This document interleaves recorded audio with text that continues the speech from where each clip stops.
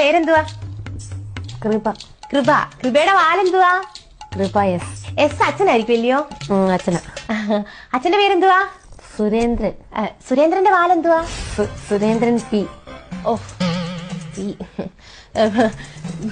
P എന്ന് പറഞ്ഞ പ്രഭാകരൻ.